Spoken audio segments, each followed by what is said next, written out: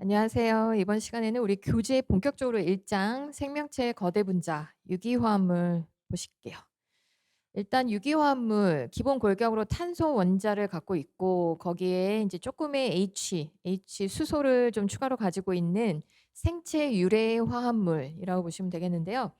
우리 생체를 구성하고 있는 원소 약 한 25가지 정도가 생체 내에서 발견이 되는데 그중에서 CHON 얘가 95% 정도 차지하고 있죠. 자, 얘네들 질량순으로 하면 누가 제일 많죠? 질량순. 산소죠, 산소. 탄소라고 하신 거예요? 산소?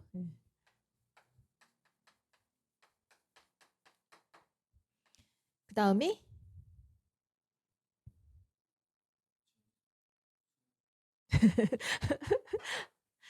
이렇게죠. 그 다음에 몰순으로 하면 수소가 맨 앞에 오죠. 그죠? 이렇게 바뀌죠. 예. 그리고 여기서부터 이제 유기화합물 종류 보실 텐데 뭐 구성 원소 같은 거는 뭐 다 외우고 계실 거죠? 뒤에서 보시겠고 탄소의 특성은 사가성이라는 건데 바로 공유결합 최외곽 전자의 개수가 4개여서 공유결합을 4개 형성한다라는 것 때문에 다양한 구조를 형성할 수가 있습니다. 그리고 유기화합물 이성질체. 이성질체 그러고 보니까 앞에서 그걸 안 했네. 아이소톱. 동위원소라는 거 안 보고 왔는데요. 우리 동위원소 실험에서도 많이 나오고 하니까 한번 리뷰할까요? 동위원소가 뭐였죠?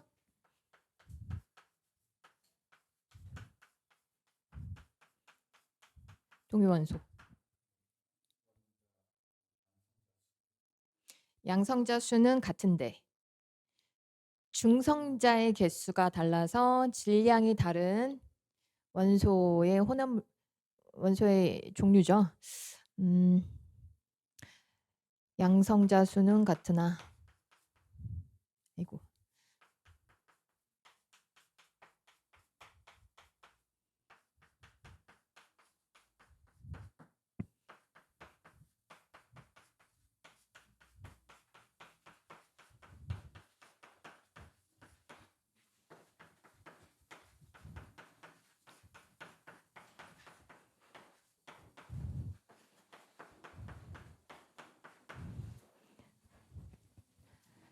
다른 동일 원소의 원자들이라고 보시면 되겠고 그러면 동일 원소 예를 들어서 탄소 같은 경우에는 3종류 발견되죠. 질량수가 이런 3종류의 탄소의 동위 원소가 있고 이때 핵에서 중성자 개수가 점점 늘어나게 되면 핵이 불안정해서 붕괴되면서 에너지와 입자 같은 거 방출하게 되는데요. 그런 애들을 방사성 동위원소라고 하고 그거는 원소의 종류별로 방사성 동위원소는 정해져 있죠. 탄소 같은 경우에는 C14 얘가 방사성 동위원소. 방사성 동위원소는 특히 에너지를 이렇게 막 방출하고 다니기 때문에 검출이 쉬워서 실험이나 아니면 의학적 진단에 많이 이용하는 거죠. 얘 말고도 우리 주요 원소들의 방사성 동위원소 또 종류가 뭐 있을까요? 탄소 말고 수소는 방사성인 거. 트리티움 H3 그리고 우리 단백질이나 DNA 표지에 많이 쓰는 거. P는 P32, P32 그다음에 S35 황 같은 경우에는 E는 DNA 표지할 때 주로 많이 쓰고 S는 단백질 표지에 사용하죠. 그래서 이런 거 검출이 쉽기 때문에 연구에 많이 이용하는 애들이고 아이소머 이성질체는 분자식은 같은데 구조가 다른 애들이죠. 예, 구조가 달라서 특성이 다른 화합물입니다. 얘네들 이름도 다르고 화학적 특성이 다른 특징이 있는데 크게 구조 이성지체와 입체 이성지체로 나누죠.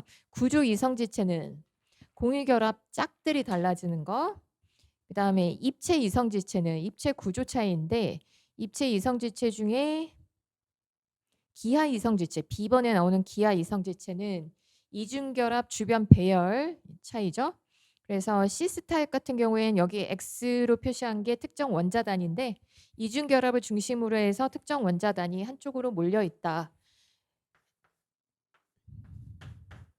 이런 특징이 있고 이거 이런 모양이어서 보트 타입이라고도 하죠.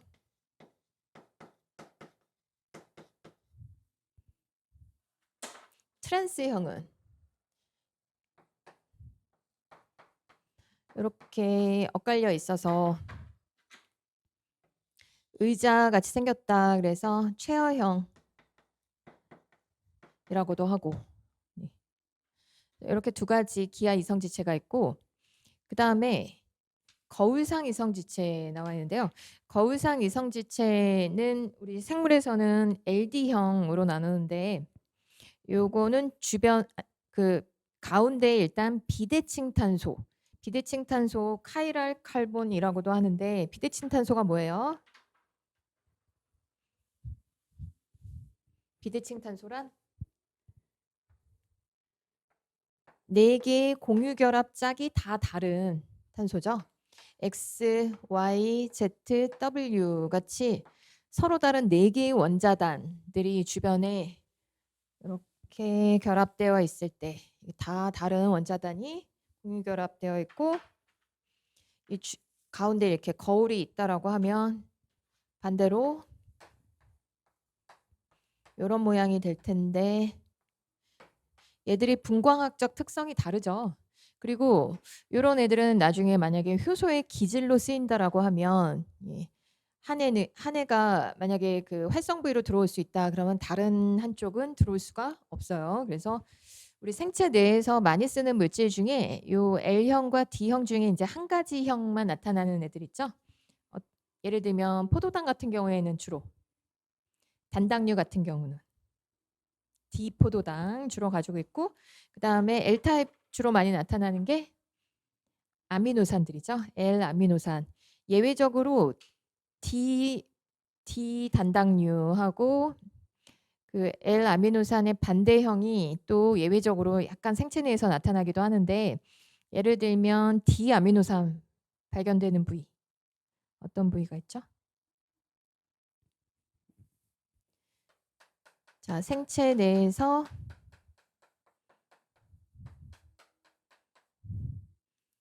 단당류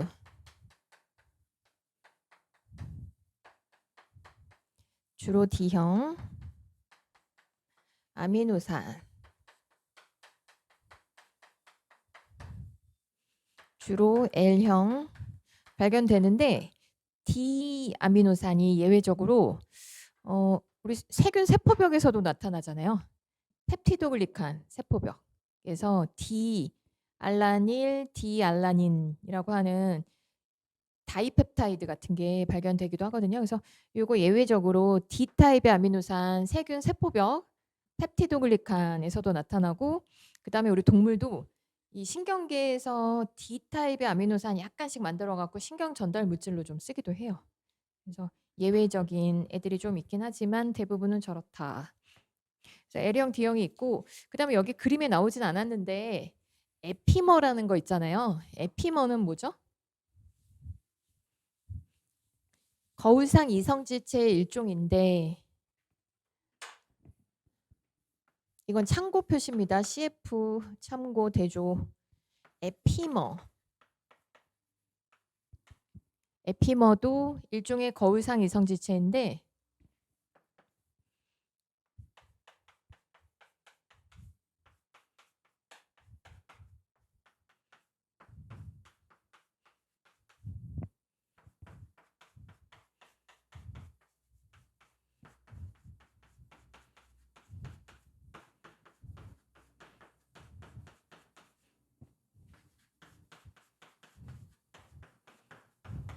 우리 생체 내에는 탄화수소 사슬이 많다 보니까 그런 탄화수소 사슬 내에서 탄소가 이제 여러 개인데 그 중에 한 개의 탄소에 대한 거울상 이성지체.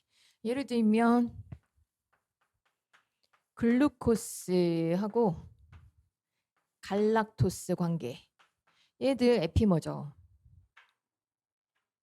4번 탄소. 예. 뒤에 아마 그림 나올 텐데 4번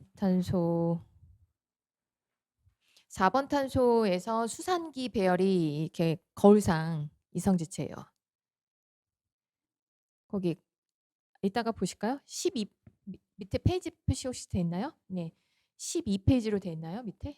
예, 그 12페이지에 위에 포도당과 갈락토스 중에 위에서 네 번째 탄소 회색으로 박스 해놨죠? 그 부분 거울상인 거 보이시죠? 예, 이런 걸 에피머 관계라고 해요. 그냥 뭔지만 알고 계시면 되겠습니다. 에피머가 딱 탄소 사슬에서 한 개의 탄소에 대한 거울상 이성지체를 얘기해요.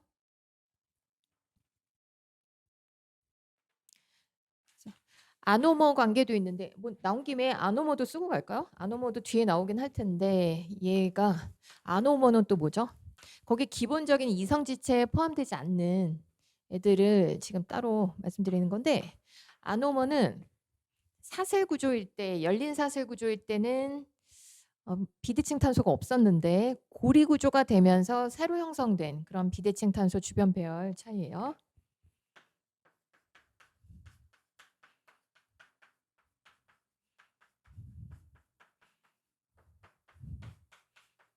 새로 나타난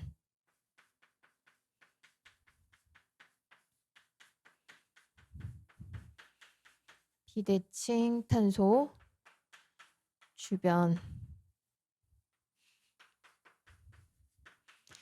배열 차이인데 주로 반응성이 높은 수산기, 작용기 주로 이제 반응성이 높은 작용기의 위치에 따라서 나누는데 이 아노모의 대표적인 예가 바로 알파 단당류, 베타 단당류, 알파 포도당, 베타 포도당 기억나시죠? 그게 아노모 관계예요. 이거는 이따가 그림에서 확인하겠는데 걔가 왜 비대칭 탄소가 됐는지 이따가 그림으로 볼게요. 처음에 사슬 구조일 때는 비대칭 탄소가 아니었던 애가 아노모 여기다가 예로는 알파 앤드 베타 포도당 이따 뒤에 그림에서 확인하겠습니다. 이런 걸 아노모 관계라고 합니다. 그 다음 페이지에 이제 작용기 나와 있는데 작용기는 특히 유기화합물에서 화학 반응에 참여하는 원자단인데요. 그 얘기는 반응성이 크다란 얘기인 겁니다. 여기 나와 있는 대표적인 작용기들은 맨 마지막에 메틸기만 빼고 거의 친수성, 극성이에요. 극성이거나 전하형, 그래서 친수성입니다. 이거 다 이름하고 특성들, 그 다음에 예시 같은 거 외우셔야 됩니다.